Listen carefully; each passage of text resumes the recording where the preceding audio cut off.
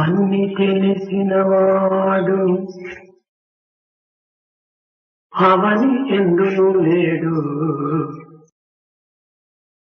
అన్ని తెలిసినవాడు అవని ఎందును లేడు, ఏమి తెలియని వాడు ఎందుగలడు, కొంచెమెరిగిన వాడు కించిత్ చూడగునయా, కొంచెమెరిగిన వాడు కించిత్ చూడగునయా, సర్వమెరిగిన వాడు సాయి ఒకడే,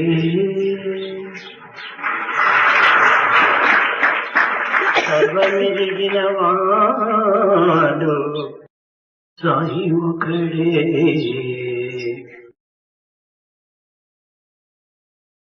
The all-knowing person, the omniscient person doesn't exist on earth.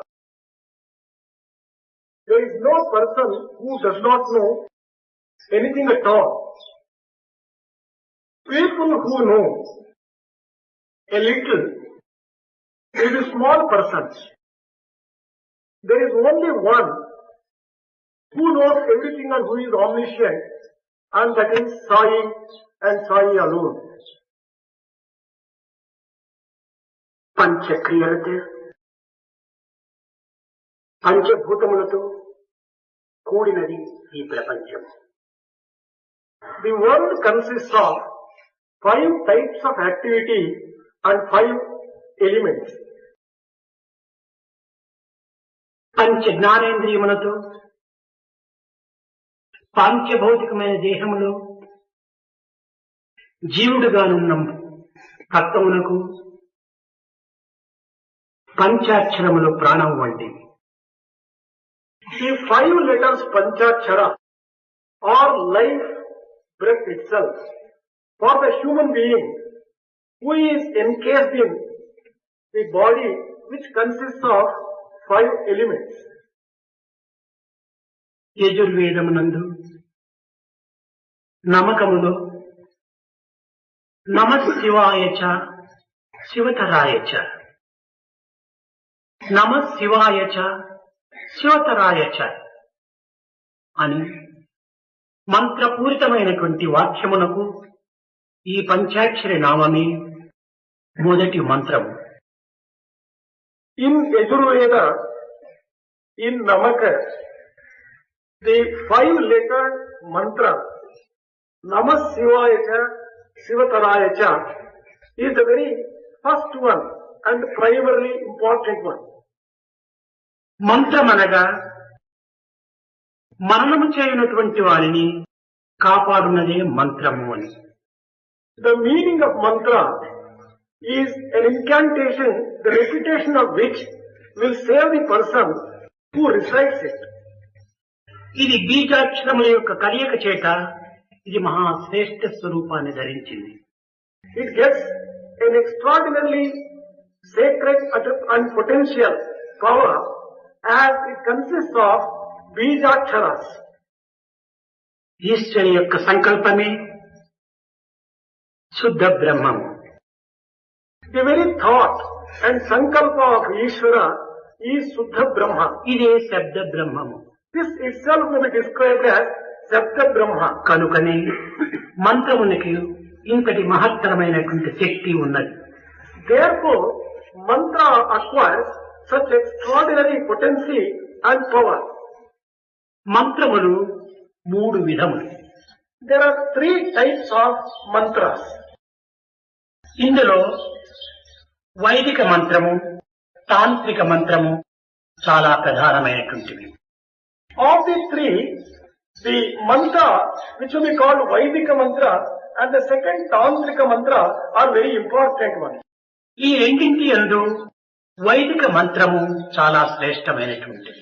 Between these two also, Vedic mantra is very sacred. వైదిక మంత్రం అనగా వేదమునకు సంబంధించినటువంటిది. The meaning of Vedic mantra is, it is a mantra which relates to Veda.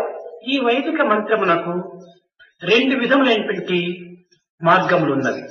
There are two paths which we will follow through this Vedic mantra. మొదటిది ప్రణవసహితమైన మంత్రం, The one is associated with Pranava. రెండవది వేద విహితమైన మంత్రం. The other one is Veda Vihita, associated with Veda itself. ఇక్కడ నమఃశివాయ అనే పదములకు అర్థాన్ని మనం చక్కగా గుర్తించాలి. We have to recognize the correct meaning of this mantra, Namah Shivaya. ఇది ఋగ్వేదమునందు చమకములో మొదటి మంత్రం. In Rigveda, in Chamaka, this is the very first mantra. నమ శివాయ. శివాయ అనగా ఒక శుభమైనటువంటి ఒక తత్వం. Shivaya refers to a principle which is auspicious, the very embodiment of auspicious. మంగళకరమైనటువంటిదని కూడాను మరొక అర్థం. Another meaning also, that it is sacred and auspicious. శుభంకరమైనటువంటిదని మరొక అర్థము. Another meaning is that this confers a lot of good and welfare. నమ, ఆ మంగళకరమైనటువంటి దానికి నమస్కరిస్తున్నాను. The word Nama is added to indicate that to such a sacred mantra I am offering my obeisance. అయితే ఆ మంగళకరమైనటువంటి దానికి ఏమిటది? What is it that is so sacred and auspicious? అదే ఓం నమ శివాయ, శుభంకరమైనటువంటి ఓంకారమునకు నమస్కారము అని దీని అర్థం. The meaning is that I am offering the obeisance to the Om which is very auspicious. శుభంకరమైనటువంటి ఓంకారమునకు నమస్కారము అనంతలో చాలా ప్రత్యేక విశేషము ఉన్నది. There is an extraordinary special significance in uttering that we offer obeisance to this sacred mantra of Om. ఈ ఓంకారమునందు అకార, ఉకార, మకారముల యొక్క చేరిక ఉన్నది.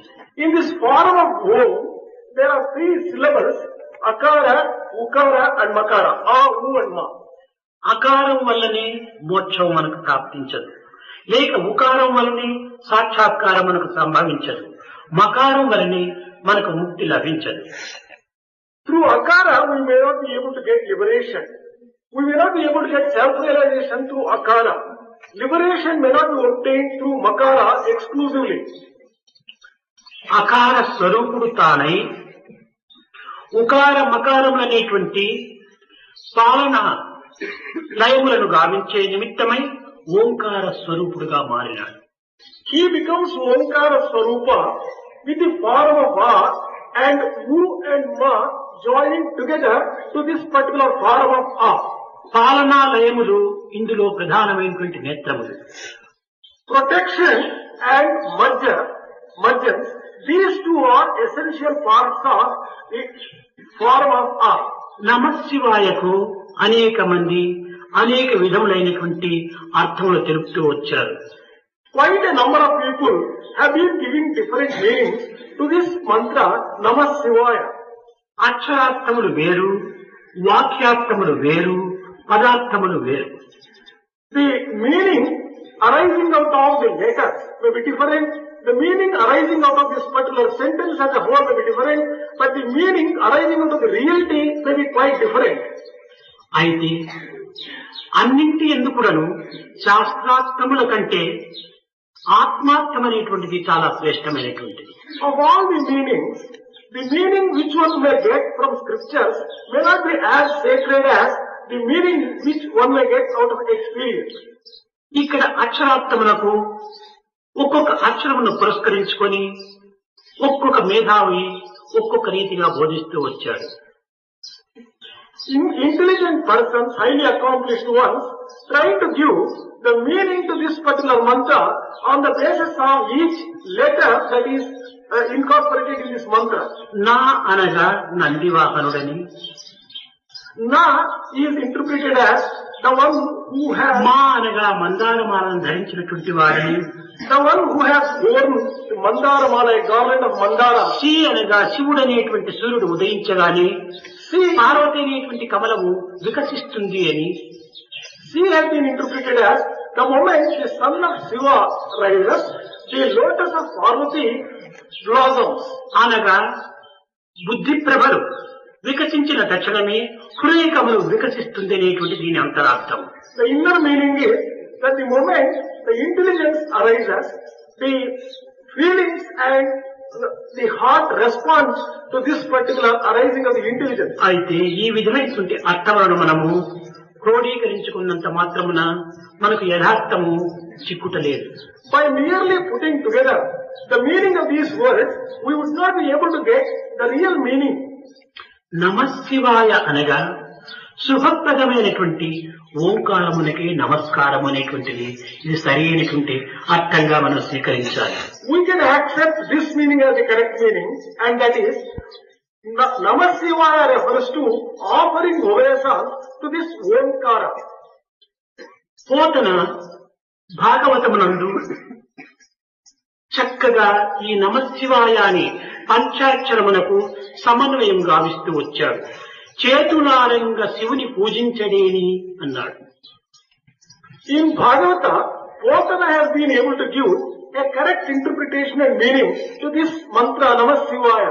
He has just said, if one does not worship Shiva through his hands, చెయ్యికి 5 వేళ్లు ఉంటున్నాయి. palm has 5 fingers. ఈ 5 వేళ్లు 5 అక్షరములకు చిహ్నంగా నిరూపించాడు. These 5 fingers have been given as standing for the 5 letters in that mantra. నామ శివాయ, ఈ 5 వేళ్లకును ఈ పంచాక్షర నామాన్ని దీనికి ప్రతిష్ఠ చేస్తూ వచ్చాడు. He has been able to interpret and just say that these 5 letters are symbolized by these 5 fingers. కనుక ఈ 5 వేళ్లతోన ఈశ్వరుని సేవించినటువంటి వాడే పంచాక్షరాన్ని దర్శించినటువంటి వాడు అని అతని అంతరార్థం. The inner meaning is that the one who makes use of all the 5 fingers in worshipping Shiva is worshipping this mantra, Panchakshari mantra. కనుక ఈశ్వరత్వమునందు ఒక విధమైనటువంటి యొక్క దివ్యత్వమే కాకుండా మానవత్వంతో కూడినటువంటి యొక్క ప్రకృతి తత్వం కూడా ఇమిడి ఉంటున్నది. Therefore, in Ishwaratva, there are 2 aspects. One is the sacred divinity and also the principle of humanity in it. ఈశ్వరుడు అనగా సకలైశ్వర్య స్వరూపుడు. Ishvara refers to the one who commands all the types of wealth and treasure. కనుకనే అతని యొక్క ప్రతిబింబమే గణపతిగా అవతరించినదని కూడాను కొన్ని పురాణముల యొక్క ఆధారం. Certain scriptures say that Ganesha is reflection of this particular tattva of ఆత్మావై పుత్ర అనగా తండ్రి యొక్క ఆత్మని పుత్ర స్వరూపాన్ని ధరిస్తుందట. It means that son takes the form of the father. కనుక ఈశ్వరుని యొక్క అంశమే ఈశ్వరుని యొక్క ఆత్మని విఘ్నేశ్వరునిగా అవతరిస్తూ వచ్చింది. It also means Vigneshwara is the aspect which has originated from Ishvara. కనుకనే ఇతనికి కొన్ని విధములైనటువంటి క్రియల చేతను మహత్తరమైన శక్తుల చేతను గణములకంత అధికారిగా చేశారు. On account of this, and therefore he has been made the master and the commander of Ganas, who command a lot of power. ఇతను విజ్డమ్ యొక్క అనగా దివ్య శక్తి యొక్క ప్రతిబింబము అని అనుకుంటున్నారు. Vinayaka has been taken as the symbol of the wisdom. తెలివితేటలకు మారు పేరు వినాయకుడికి. It is almost a synonym to cleverness. కనుకని గజ తెలివి అని కూడాను లోక వాడుక. It is also a popular saying that any person who is having intelligence is considered to be or compared. గజమునకు తెలివితేటలు అమితం. For an elephant, there are unlimited powers of intelligence and cleverness. కనుకనే అట్టి తెలివితేటలు గుణములతో కూడినటువంటి వాడు గణపతి కనుకనే అతనికి ఒక ఏనుగ తలనుగా నిరూపిస్తూ వచ్చారు. As Vinayaka has been able to command the same amount of intelligence and cleverness, he has been given this particular face, elephant face with that trunk. ఈశ్వరునకు అశ్వేభ్యో నమః అని కూడా మరొక పేరు. Ishvara has another name, Ashwebhyo Nam. అశ్వం అనగా ఆ plus స్వహ అనేటువంటిది మనం విచారిస్తే రేపు అనేటువంటిది లేదు అని దీని అర్థం. If you go to examine and find out the correct meaning of A plus Swaha, Aswa, there is nothing like tomorrow. That is the meaning. ప్రతి మానవుడు కూడాను ఏది సంపాదించుకున్నప్పటికీ రేపటికి ఎల్లుండికి ముందుకు అనేటువంటి ఒక కాలమునకు దాన్ని ఆధారంగా చేసుకుంటుంటారు. Whatever man acquires, he tries to make a provision for tomorrow, the day after, and for the future. అనగా ఈశ్వర తత్వము ఎప్పటికి అప్పుడే అనేటువంటి ఒక తత్వం. The principle of Ishvara, on the other hand, refers to the present and the present alone. రేపు అనేటువంటి దానిని మనం ఏమాత్రం కూడా యోచించరాదు. One should never think of tomorrow at all. ఎందుకనగా భవిష్యత్తు మీ చేతిలో లేదు. The reason for such an attitude is that future is not in your hands. ప్రస్తుతాన్ని నీవు ఆనందంగా అనుభవించమని దీని యొక్క అంతరార్థం. The inner meaning of this is that you have to enjoy the present to its fullness. ఇక్కడ విఘ్నేశ్వరుని యొక్క అంతరార్థాన్ని కూడా మనం గుర్తించాలి. We have to also recognize the inner meaning of Vigneshwara. జంతువుల యొక్క నివాసము అరణ్యము. Forest is the dwelling place of animals. ఈ అరణ్యములో అన్ని జంతువులు కూడాను స్వేచ్ఛగా సంచరిస్తుంటాయి. In forest, animals will be conducting themselves very freely. ఈ జంతువులలో భారీ దేహం కలిగినటువంటి జంతువు ఏనుగు. Of all the animals, the one which has a very huge body is elephant. ఎంత శౌర్య పరాక్రమవంతమైనటువంటి సింహము పులి అయినప్పటికీ తామ యొక్క నడకల జాడ లోపల కూడాను ఏనుగు యొక్క ప్రతిబింబమైన పాదం పడిన తక్షణమే ఆ బింబం ఏమాత్రము కనిపించదు. However ferocious and courageous a tiger or a lion be, its footprint gets merged in the footprint of an elephant which is so big.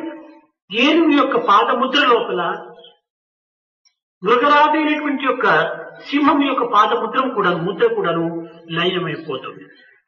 In the vast footprint of an elephant, the footprint of a king of all the animals like the lion also gets merged. ఇంతే కాదు, ఏనుగ అరణ్యములో సంచరించే సమయంలో ఏదైనా ఒక పొదలో తాను ప్రవేశించి దానిని చించుకొని అటువైపున ప్రవేశిస్తుంటారు. Not merely this, when an elephant is moving in the forest, it tears the whatever bush or anything that comes its way and goes. ఏ మృగములు కూడాను ఆ విధంగా దారిని చేసుకొని తాము సంచారం సల్పవు. No other animal would be able to make way for itself in the same way as an elephant does. ఏనుగు నడిచిన దారిలో అన్ని మృగములు కూడా సులభంగా సంచరించడానికి వీలవుతుంది. In the path which an elephant has taken, all the other animals can easily move about. కనుక మార్గదర్శకమైనటువంటిది ఈ యొక్క ఏనుగు. It also means that it sets an example and sets a path for all the other animals. అదే విధముగానే విఘ్నేశ్వరుడు కూడాను సర్వ గ్రహములకు, సర్వ గణములకు, సర్వ గృహములకు కూడాను మార్గదర్శకుడైనటువంటి వాడని. In the same way, Vigneshwara also is an ideal and model for all the planets, for all the gods and for all the men. విఘ్నేశ్వరుడు అనగా తనను తిరస్కరించినటువంటి వారికి కార్యములందు విఘ్నములు కలిగించటమని, తనను ఆరాధించినటువంటి వారికి విఘ్నములను దూరం చేయునని లోకవాడుక. It is generally understood by the world that Vigneshwara is one who creates obstacles for people who criticize and comment on him, and for people who worship, he removes the obstacles.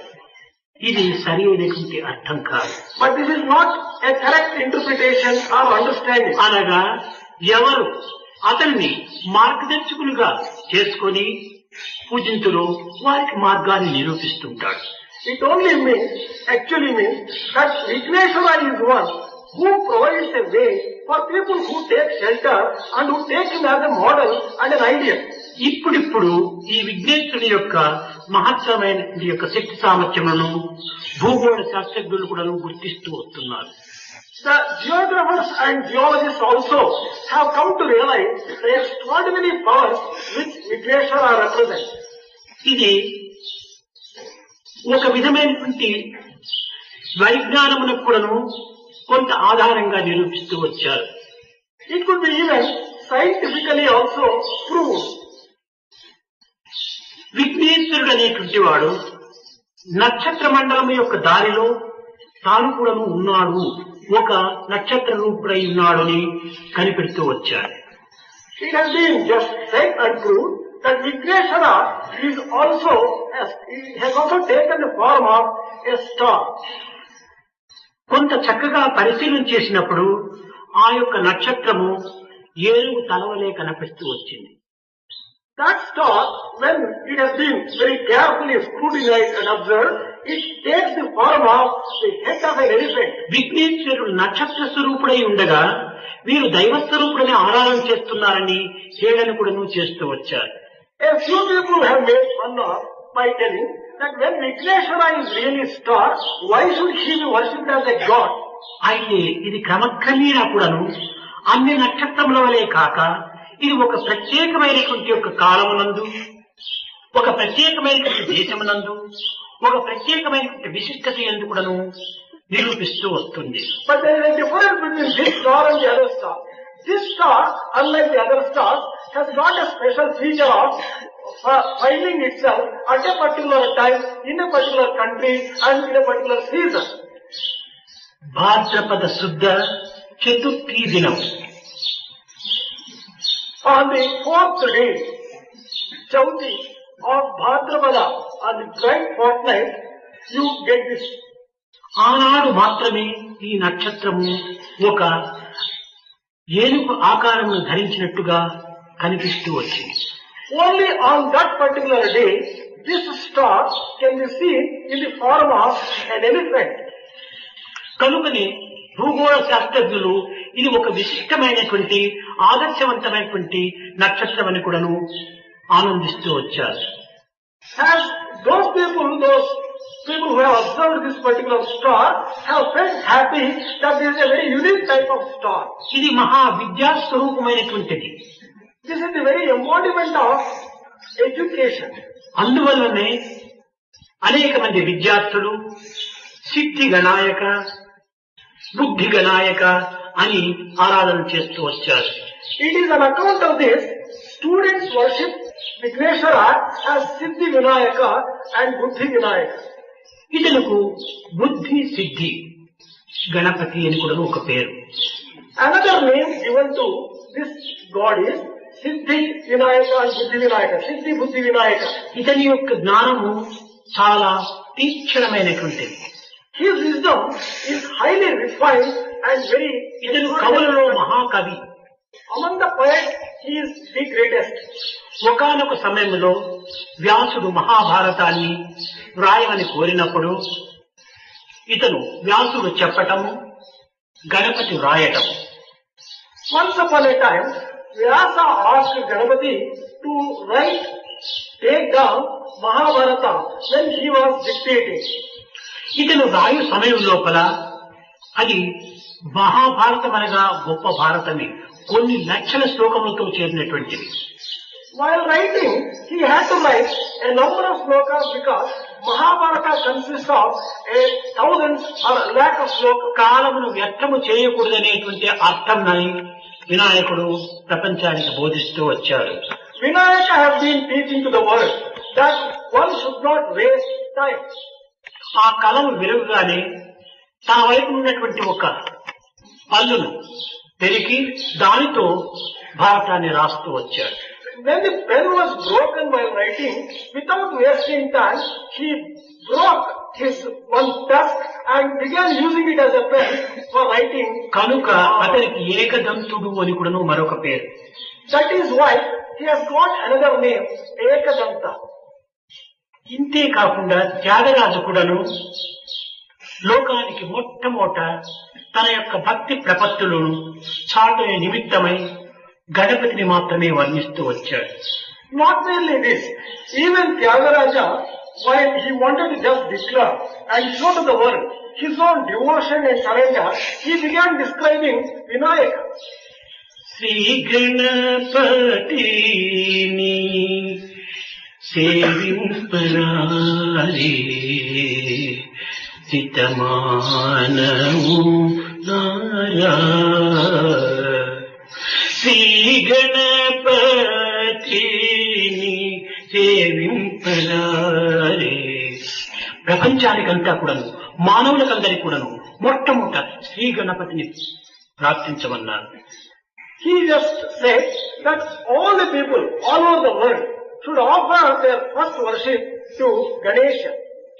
ఇంతే కాదు, గణపతి యొక్క ఆహారమును చక్కగా ఆధారం చేసుకుని ప్రజల యొక్క భావములు కూడాను సర్దిద్దే నిమిత్తమై సాత్విక ఆహారంగా కూడాను దానిని మార్చుకుంటూ వచ్చాడు Tyagaraju. Tyagaraja has also went on to prove to the world that there is a need for sattvic type of food, and this on the basis of food taken by Ganesha. లోకములోని మానవులకు ఆయా సంకల్పములను సాంప్రదాయములను సంస్కారములను పురస్కరించుకొని కొన్ని ఆహారములను ఆశిస్తుంటారు. People in the world, depending upon their own tendencies, their own habits, their own disposition, would be liking certain types of food. మానవుడు ఎట్టి స్వభావం కలవాడనేటువంటి దానిని కూడాను ఆహారాన్ని ఆధారం చేసుకుని చెప్పవచ్చు. On the basis of the food being taken by people, you can determine and say what type of person a person is. కనుకనే గణపతి యొక్క ఆరాధన యందు ఆహారమును ప్రధానమైనటువంటి యొక్క మార్గం నందు నిరూపిస్తూ వచ్చారు. In the form and the procedure of followed to worship Ganapati, food taken by Ganapati also is taken as an example for good type of food. సాత్వికమైనటువంటి ఆహారములకున్న లక్షణాలు కూడాను చెబుతూ వచ్చారు. He has also gone on to describe the various features of sattvic food. రసభరితమైనటువంటి ఆహారం, Food which is which is having a lot of strength and vitamins. తైలముతో ఉడికినటువంటి ఆహారం, Food which is cooked with oil. త్వర లోపలనే జీర్ణమయ్యేటువంటి ఆహారం, Food which can be easily digested. మనసును బుద్ధిని దేహమును కూడాను పుష్టివంతము చేసేటువంటి ఆహారం, Food which can impart strength to the body, to the mind and to the intelligence. ఆకలిని అధికంగా అణచగొట్టేటువంటి ఆహారం, Food which can reduce the hunger. ఇది సాత్వికమైన ఆహారము అన్నారు. This type of food is sattvika food. కారం, అధికమైన ఉప్పు, అధికమైన పులి, అధికమైన చేదుగా ఉండినటువంటి యొక్క ఆహారములు రజోగుణ సంబంధమైన ఆహారం అన్నారు. Food which is very much pungent, very sour or very saltish, bitter, this is all food which will describe. వేడిగా భుజించేటువంటి ఆహారం కూడాను రాజసికమని తెలుపుతూ వచ్చారు. Food which is very hot, it is also rajasic type of food. ఈ పొగలు పోయేటువంటి యొక్క అన్నము హృదయాన్ని మండింప చేస్తుంది అని కూడాను నిర్ణయం చేశారు. Food which is very hot is also going to generate bad types of feelings in the heart. దీనిని రజోగుణమైనటువంటి ఆహారంగా నిర్ణయం చేస్తూ వచ్చారు. This food has been described and decided as food, rajasika food. ఇంకా తమో గుణం అనేటువంటి ఆహారము పూర్తి చల్లబడినటువంటిది, పాచినటువంటిది, లేక దుర్గంధంతో ఉండినటువంటిది, గట్టిగైపోయినటువంటిది, ఇలాంటి ఆహారము తమో గుణ సంబంధమైనటువంటి ఆహారం అన్నారు. Food which is stale, which has become very hot, which is stinking or smelling bad, this type of food has been described as tamasic food. ఈ అన్నింటికంటే ముఖ్యంగా కొంచెము విచారించుకున్నప్పుడు మాంసాహారం అనేటువంటిది పూర్తి దీన్ని ఖండిస్తూ వచ్చారు. Non-vegetarian food have been described and been criticized and condemned as very కనుకని bad. గణపతి అనగా ఏనుగు శాకాహారి. Ganapati, who also represents an elephant, elephant eats only vegetarian food. చక్కని గరిక, చెరుకు, It eats grass, which is good, and also sugar. యజ్ఞములకు ఉపయోగపెట్టేటువంటి యొక్క పత్రములు, The leaves which can be offered and used for yajna are also being taken by elephants. మర్రి ఆకు, రాగి ఆకు, The leaves of banyan leaves and neem leaves, మామిడి ఆకు, mango leaves, ఈ విధమైనటువంటి యొక్క ఆకులను మాత్రమే తాను భుజిస్తుంది. only such leaves are taken as food by elephant. Vishnu గ్రంథం, విష్ణు ప్రియ అనేటువంటి ఆకును చాలా ప్రీతిగా భుజిస్తుంది.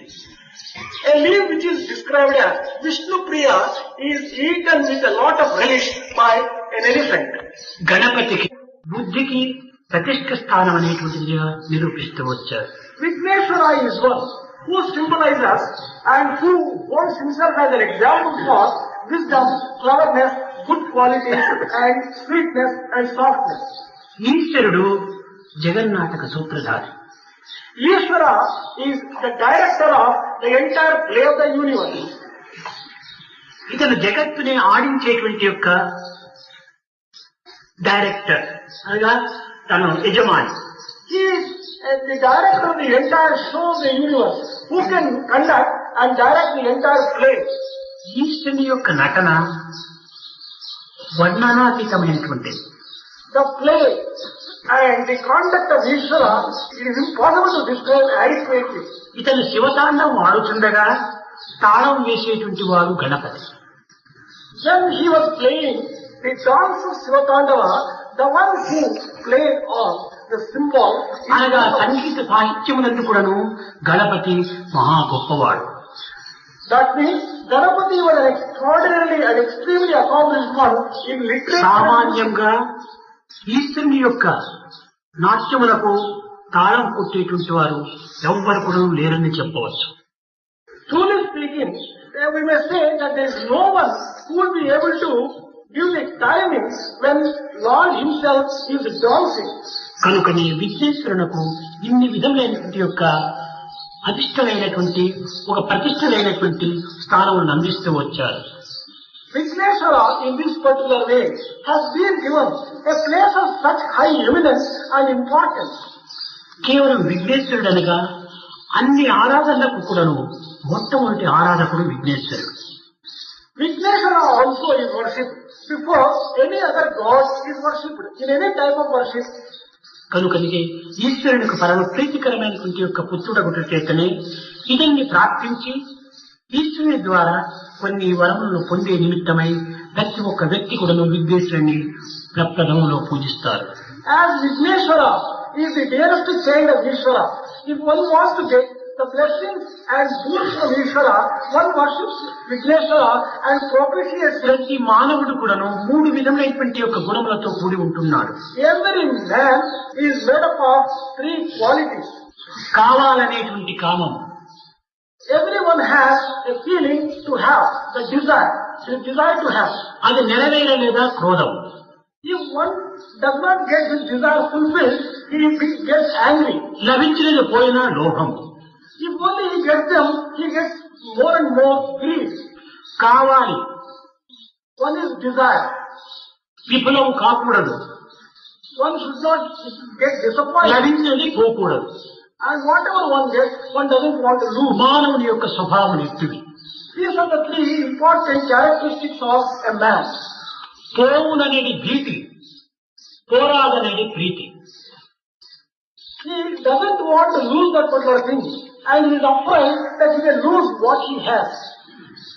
కనుకని ఈ మూడు గుణములు కలిగినటువంటి మానవులకు మొట్టమొదట విఘ్నేశ్వరుని ప్రార్థించినప్పుడే ఈ మూడు కూడాను సిద్ధిస్తాయని కూడాను దీని యొక్క అంతరార్థము. The inner meaning of this is that for a man who has got these three characteristics, if he worships Vigneshwara, there will be no obstacles and he will be able to get fulfillment in all these three characteristics. మానవుని యొక్క కార్యములు ప్రయత్నములు కూడాను నిర్విఘ్నముగా జరగాలని చెప్పని విఘ్నేశ్వరుని ఆరాధిస్తారు. People worship Vigneshwara with a prayer that whatever action they undertake, they should not face any obstacles. కానీ మానవుడు మనం ఆశించినటువంటి కార్యములు ఎట్టివి అనేటువంటి ప్రశ్నను వాడు వేసుకోవటం లేదు. But man does not put a question to himself as to what type of activity has he undertaken. మంచి కార్యములకు మనము సంకల్పించి తద్వారా విఘ్నేశుని ప్రాప్తించినప్పుడే మనకు విఘ్నములు దూరమై అవిఘ్నంగా మనకు కార్యములు సఫలమవుతాయి. We should plan for good activity and pray to Vigneshwara to remove the obstacles, and in that case the obstacles could be removed. మనము చెడ్డవి మాత్రమే మనం సంకల్పించి చెడ్డ కార్యములకు విఘ్నములు కలగకుండా ఉండాలనుకుంటే ఇది విఘ్నేశుని యొక్క సంకల్పమునికి ఏమాత్రం కూడాను సరిపోదు. If on the other hand we have plans and thoughts about bad activity and harmful activity, it is not in keeping with the intentions of Vigneshwara to remove the obstacles. దొంగలు కూడాను విఘ్నేశుడిని ప్రార్థిస్తుంటారు. రాత్రికి మా దొంగతనం సక్రమంగా జరిగిందంటే ఈ కొన్ని కొబ్బరికాయలు కొడతామని. Thieves and dacoits also will be offering prayers to Vigneshwara, saying that Vigneshwara will be given coconut if he does not. కానీ ఈ భారతదేశం లోపల ఇది ఒక విధమైనటువంటి పరిపాటైన పొరపాటుగా ఉంటుండాలి. In this land of Bharat, this has become a habitual mistake. అన్ని సంకల్పములకు విఘ్నేశుడిని ప్రార్థించడం. For all types of desires and wishes, they pray to Vigneshwara. కానీ ఈ సంకల్పములకు పూర్వము ఇది మంచిగా చెడ్డగా, ఇది కోరదగినదా కోరరానిదా అనేటువంటి విచారణ చేయాలి. But before we plan and before we pray, we have to find out whether the plan and the thought, whether it is good and desirable or harmful. ఈ విచారణ శక్తి మానవులకు లేకపోవటం చేతనే విఘ్నేశ్వరుడు విచారణ చేసి ప్రసాదాన్ని అందిస్తుంటాడు. As man does not have the power of discrimination, Vigneshwara himself discriminates and blesses the people according to their desire. విఘ్నేశ్వరునికి విచారణ శక్తి చాలా సూటిగా ఉంటుంటాయి. Vigneshwara has the power of discrimination very. ఇతనికి ఎట్టి వాంఛలు లేవు. He does not have any desires. సర్వ వాంఛలు కూడాను తాను తన క్రింద వేసుకుని ఉంటున్నాడు. He has been able to suppress and control all the desires and keep them. అనగా అదే ఎలుక అని. And that represents the rat. ఈ ఎలుక వాసనలు పట్టి అన్నింటినీ ఆశిస్తూ ఉంటాయి. Rat goes on the basis of the smell that it gets to various ఇది places. వాసనామయమైనటువంటిది ఎలుక. Rat is one who is swayed by the smell. కనుక ఈ వాసన స్వరూపమైనటువంటి ఎలుకను తాను హస్తమును అందించుకున్నాడు, అనగా తన స్వాధీనం అందించుకున్నాడు. The inner meaning of this is Vigneshwara has been able to keep under control the world which is full of desires. విఘ్నేశ్వరుని యొక్క స్వరూపమునకు కానీ స్వభావమునకు కానీ అన్నింటికీ అన్ని అంతరార్థములు లేకపోలేదు. For the form of Vigneshwara and for the nature of Vigneshwara, for everything there is a lot of inner meaning and significance. విఘ్నేశ్వరుడు, హనుమంతుడు, నరసింహుడు, గరుడ ఇవన్నీ కూడాను కొన్ని కొన్ని అంతరార్థములతో కూడినటువంటివై ఉంటున్నాయి. Vigneshwara, Narasimha, Garuda, all these have inner meaning. అనగా భగవంతుడు సర్వస్వరూపుడు అని. One meaning is that God has taken all the forms. సర్వవ్యాపకుడని, He is omnipresent. సర్వజ్ఞుడు అని, He is omniscient. సర్వ జీవరాశులు ఎందుకును తాను ఆత్మస్వరూపుడై ఉన్నాడనేటువంటి యొక్క సత్యాన్ని ప్రకటిస్తూ వచ్చింది. This also declares the truth that he has taken the form of Atma in all the beings and in all the forms. కనుకనే ఏకం వసి సర్వభూతాంతరాత్మ, అన్ని భూతములు ఎందుకును తాను ఒక్కడే నివాసమై ఉంటున్నాడు అనేటువంటి సత్యాన్ని నిరూపిస్తూ వచ్చింది. This also goes to prove the truth that he has been living as the single entity in all the living beings.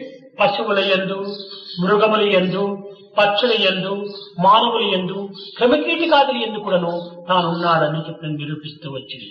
It also goes to prove that he exists in animals, beasts, birds, worms and men. విషమయమైనటువంటి సత్వముల యందు కూడాను భగవంతుడు ఉన్నాడనేటువంటి ఒక సత్యాన్ని నిరూపించి ఆ సత్వములను తాను ఒక ఆభరణములుగా ధరించాడు ఈశ్వరుడు. Proving that Ishvara exists in this poisonous snakes also, to prove that particular thing alone, he has taken poisonous snakes as his ornaments. ఎట్టి జీవులైనా సరే భగవంతుని ఆశ్రయించినప్పుడు వాటికి ఎప్పుడు కూడా రక్షణ జరుగుతుంది. Whatever be the type of form of living being, when it takes protection and shelter at the lotus కేవలం రక్షణ మాత్రమే కాదు, అవి కూడా ఉన్నత స్థాయిలో గౌరవింపబడతాయి. Not merely does it get protection, but it gets worshipped when it takes shelter at the feet of the Lord. సర్పములు ఈశ్వరునికి ఆభరణములుగా చేరినాయి. Take for example, snakes have become the ornaments for Ishvara. నిజంగా మనము సర్పములే చూస్తే దానిని చంపటము లేక పట్టించి దూరంగా విడిచిపెట్టడము ఈ విధమైనటువంటి యొక్క పనులు మనం చేస్తాం. If we were to see snakes, either we kill them or we get them caught and hand them over to people who can handle them. కానీ ఈశ్వరుని ఆశ్రయించడం చేత ఆ సర్పములకు కూడా మనం నమస్కరిస్తున్నాం. But when the same snake takes shelter and becomes an ornament of God, we also offer our obeisance even for a snake. కారణం ఏమిటి? దైవాన్ని ఆశ్రయించినట్టు కనుక ఈ సర్పములు కూడా పూజనీయమైనటువంటివి. What is the reason for this kind of change in the attitude? The reason is, as the snakes have taken shelter under God, they also become ఎలుకలను మనం ఎక్కడైనా ఇంటిలో చూస్తే బోలు పెట్టి పట్టడము, కర్ర తీసి కొట్టడము జరుగుతుంది. Rats, for example, when you see in a house, you try to trap them or you try to kill them. అది వినాయకుని చెంత చేరినప్పుడు దానికి కూడా పదార్థములు పెట్టి నమస్కరిస్తాము. But when it is associated with Vinayaka, we offer Naivedya and also worship it. అనగా దీని యొక్క అంతరార్థం ఏమిటి? దైవాన్ని ఆశ్రయించినటువంటి వారు ఎవరైనా సరే వారు ఉన్నత స్థాయి లోపల ప్రపంచంతో గౌరవింపబడతారు అని. What is the inner meaning of this? The inner meaning is, whosoever takes shelter under God will be worshipped and respected by the entire world. కనుక ఎట్టి మానవుడైనప్పటికీ, ఎట్టి గుణహీనుడైనప్పటికీ, ఎట్టి గుణవంతుడైనప్పటికీ దైవాన్ని ఆశ్రయించటము అది ఒక పవిత్రమైనటువంటి యొక్క పెన్నిధి, అదే సన్నిధి. The inner meaning of this is that whoever he be, whether he is a virtuous person or a bad person, if he were to take shelter under God, he would become extremely తద్వారా రక్షింపబడటము, ఉన్నత స్థాయిని చేరుకోవటం కూడా జరుగుతుంది. He would get protection and also he would be able to reach higher realms. కనుక దైవత్వాన్ని కొంతవరకు మనం విస్మరించక దైవత్వాన్ని విశ్వసించి అన్ని రూపములు ఎందుకున్నటువంటి యొక్క జీవతత్వాన్ని కూడా మనము గౌరవించటము ఇది ఎంతైనా గొప్ప సాధన. Therefore, it becomes an extraordinarily good sadhana to worship everything and to take shelter under God and not to give up God. ఇక్కడ మరొక విషయాన్ని మనం గుర్తించాలి. One more thing we have to recognize here. ఈశ్వరత్వం అనేటువంటిది కేవలము ఒక మానవత్వంగా అవతరించినటువంటిది ఏ పురాణంలో కూడా లేదు. No mythological text gives an instance of an avatar being born. ఇది మార్పులు చెందినటువంటిది. ఏ విధమైనటువంటి యొక్క దీని లోపల కూడాను తాను చెల్లించినటువంటిది. Ishvara being born as an avatar is not explained in any text. Ishvara is one who does not change, who is a permanent entity. దేహంలో ధరించినటువంటి వాటికే మార్పులు. All those entities which take a human body, there will be change. ఈ మార్పులు చెందేటువంటి దానికి కొన్ని గౌరవ ప్రతిష్టలు. Only things which have changes will have the name and also మార్పులు చెందక నిత్య శుద్ధ బుద్ధమైనటువంటి యొక్క దైవత్వములకు ఏ విధమైనటువంటి ఇది కూడా ముందు నిరూపించదు. a changeless entity like Ishvaratva is not subject to these things. ఇప్పుడు ఎవరైనా గొప్ప విద్యావంతుడు ఉంటున్నాడు, ఎవరైనా కొంచెం శ్రీమంతుడు ఉంటున్నాడు, వాళ్ళు శ్రీ శ్రీ శ్రీ శ్రీ శ్రీ అలాని వారు అని మనం స్త్రీలు పెట్టుకుంటూ వస్తుంటాం. Take for example, let us say that there is a highly educated person or a very wealthy person. When you are describing him or writing his name, it is prefixed by రాముడు మానవావతారం ధరించడం చేత శ్రీరాముడు అని స్త్రీ పెట్టి తర్వాత రాముడు అని పెడుతున్నారు. When God has taken the form of Rama, we just call him Sri Rama. కారణం ఏమిటి? ఈ దేహములు శాశ్వతమైనటువంటివి కాదు అని. The reason is the bodies are not permanent. Shri Krishna అనగా ఈ కృష్ణకు ముందుగా శ్రీ అనేటువంటి ఒక గంటను పెడుతున్నారు. Even in case of the name Sri Krishna, prefix of Krishna is there is అనగా అవతరించినటువంటివన్నీ కూడాను కేవలము స్త్రీతో మాత్రమే ఉంటుంటాయి గాని ఇంక శాశ్వతంగా ఉంటుండవు అని. That means that all those entities of God who have descended as an avatar will be associated with the Sri. కానీ ఈశ్వరుడు అట్టిది కాదు. But Ishvara is not like that. అతనికి శ్రీ ఈశ్వర, శ్రీ శంకర, శ్రీలింగ అని అక్కడ పెట్టరు. No one describes Ishvara as Sri Ishvara, Sri Linga. అతను శాశ్వతుడు కనుక ఆకారం పరానిదేం లేదు. As he is a permanent entity, there is nothing like a specific form. కనుకని శాశ్వతమైనటువంటి యొక్క ఈశ్వరత్వం యొక్క ఆత్మబింబమే ఈ విఘ్నేశ్వరుడు కనుక ఇతను శాశ్వతుడు అని. As Vigneshwara is only a reflection and an image of this particular entity which is permanent of Ishvara, he also is extremely sacred. కనుకని ఇట్టి శాశ్వతమైనటువంటి యొక్క విఘ్నేశ్వరుడే ఒక స్టార్ అనగా చుక్క రూపమై తార రూపమై నిలిచాడు అని. It also goes to prove that this particular Vigneshwara, who is a permanent entity, has taken the shape or the form of తారలు a star. శాశ్వతమైనటువంటివి. Stars are permanent. ధ్రువతార అంటున్నారు. Take for example this Dhruva star. ధ్రువుడు చిరంజీవి అంటున్నాము. Dhruva is described as Chiranjeevi అనగా ఈ లోకంలో ఒక దేహాన్ని ధరించి లేడు. అతను ఒక తార రూపంలో ఉంటున్నాడు. any person who has a form and has taken a body cannot be permanent like that. One can take the form of a star to be permanent. కనుక విఘ్నేశ్వరుడు శాశ్వత స్వరూపుడు. Vigneshwara therefore is a permanent entity. అట్టి సత్యనిత్యమైనటువంటి యొక్క దైవత్వాన్ని మనం ఆరాధించి మన అభిష్టమును నెరవేర్చుకొని ఉన్నత స్థాయిని మనం చేరి తాదాత్మ భావన పొంది ఆనందాన్ని అనుభవించమని దీని యొక్క చిహ్నము. The inner meaning and the symbolic meaning of this is take shelter and worship such a permanent entity and enjoy and experience, get yourself elevated, go into the higher realms and attain Marjo. ఇంతే కాకుండా ఈ విఘ్నేశ్వరుని యొక్క చతుర్థి భారతీయులకు మొట్టమొదటి పర్వదినం.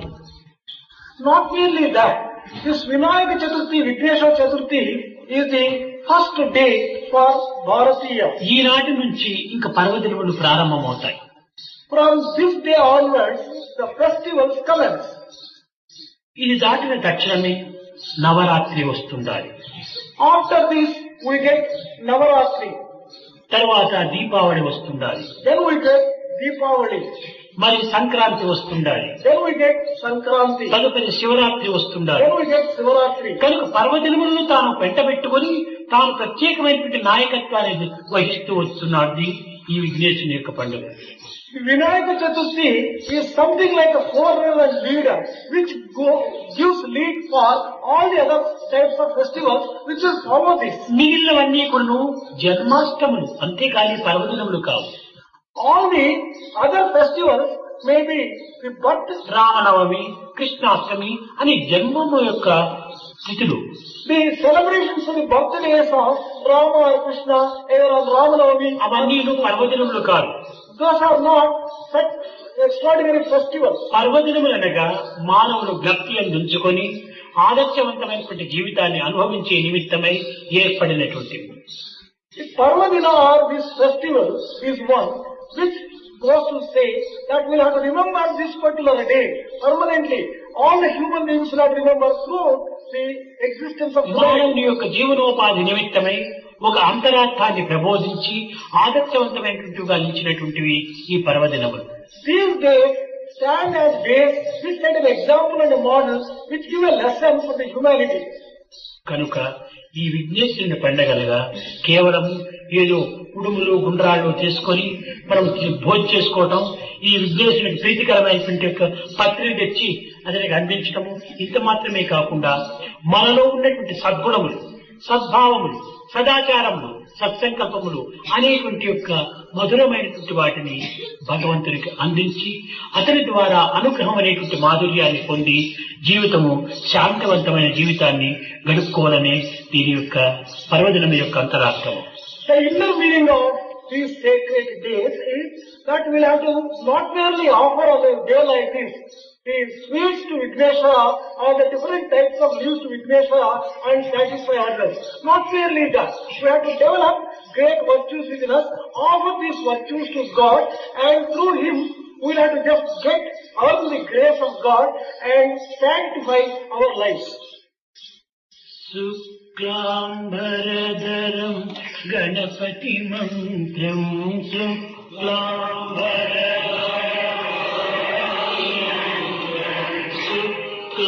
శుక్లాంబరధరం గణపతి మంత్రం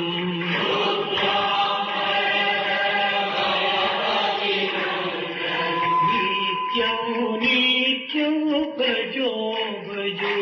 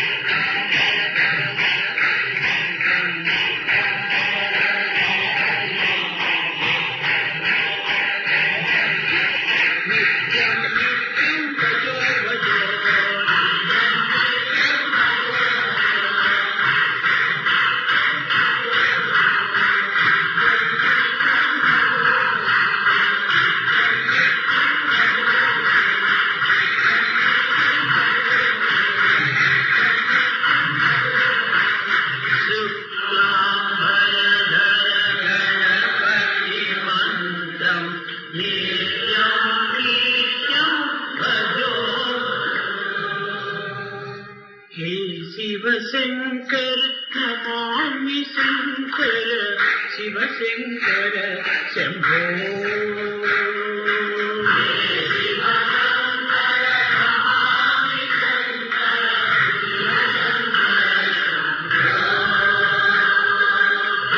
శివ శంకర నమామి శంకర శివ శంకర శంభో